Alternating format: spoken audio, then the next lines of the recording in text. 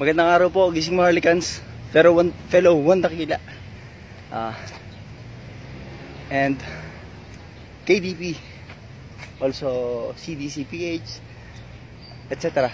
Sa lahat po ng mga kapwa-tao nating kakampi natin sa paghahayag ng katotohanan.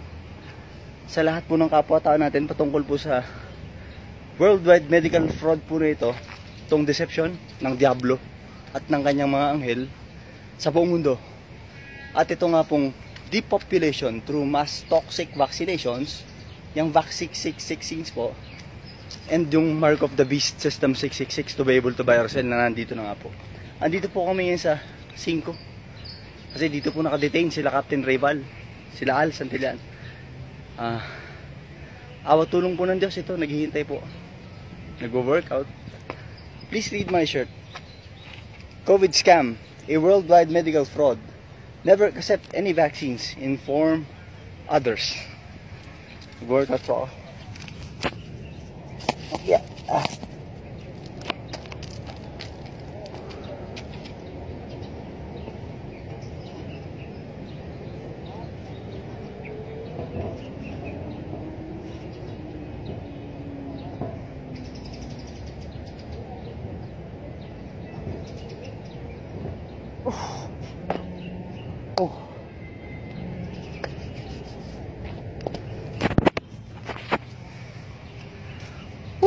Napakasarap po dito.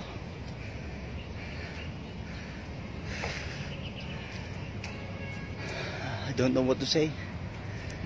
Pero isa lang po ang dapat mangyari ngayon. Sana loobin po ng Diyos na mangyari as soon as possible. Ito, ang haba po ng pila sa lethal injection dito po sa Quirino Grandstand. Loobin po ng Diyos na magkaharap-harap na po at magkahamon na sa debate live on national television.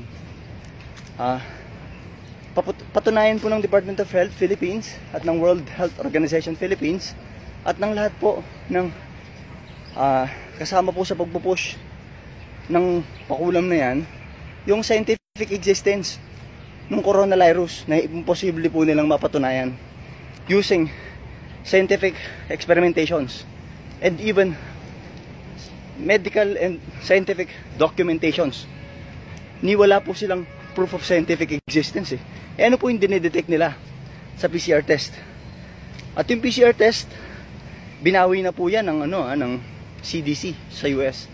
Kasi nga po, it doesn't number one, doesn't tell you that you are sick, but primarily it doesn't, or hindi po ma-differentiate nito yung simple flu tsaka yung coronavirus. Pares naman po yun medical fraud. Kasi po yung flu, yung tinutukoy nila, hindi po disease dapat ang tawag doon. Dapat po ay detox. Ubo, sipon, lagnat, trangkaso, lahat po yan ay special biological program ng ating sariling biological support system ng ating sarili nating katawan for us to detoxify, for us to be cleansed from toxins. Ang disease po ay detoxification, intelligently designed by God for us to be cleansed from toxicity. Para malinis po tayo. Tingnan nyo pa pag umubo kayo, idudura nyo. Di po ba? Pero dahil sa maling katuruan ng mainstream medicine at ng mainstream science, yung gawa po ng Diyos sumasama. Kasi nga po, pera-pera sila. Niloko po nila lahat ng kapwa natin. Ito po yung mystery Babylon na hinahayag ng Diyos ngayon. Itong mainstream science, mainstream medical mafia, na ito na po, medical martial law, kumokontrol sa lahat ng kapwa natin using monetary system and the physical aspect of the Mark of the Beast System 666 to be able to buy or sell. Putulin nila lang po dito. Naghintay po kami ng paglabas nila Cap 3 kasi January 21 na po ngayon. Loobin po ng Diyos, bukas na po yung Freedom Rally na nahadlangan po ng Diablo dahil po dito sa kasinungalingang mga kaso nga po na kasinungalingan na sinampang kila Cap 3 na ang basis is based on medical fraud. Lahat po ng sinampang kaso na ito at lahat po ng Republic Act 11332 is based on germ theory, maling aral ng siyensya. So technically it is considered as null and void, lalo na po unconstitutional. labag sa konstitusyon, labag sa batas.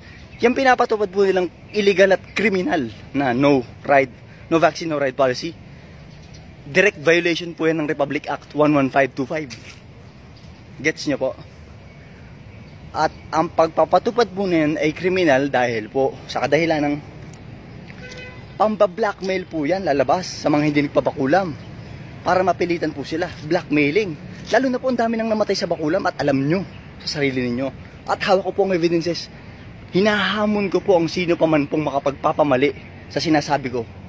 Lahat po ng sinasabi ko ay backed with scientific and medical, even constitutional and historical, irrefutable evidences and references. Salamat po sa Diyos Ama at sa Panginoong Jesucristo sa mabuting pagkakataon. Kapayapaan pong sumatin. Please share this video as soon as possible. Again, Brother Alexis Bonaventura from Tondo, Manila, Philippines.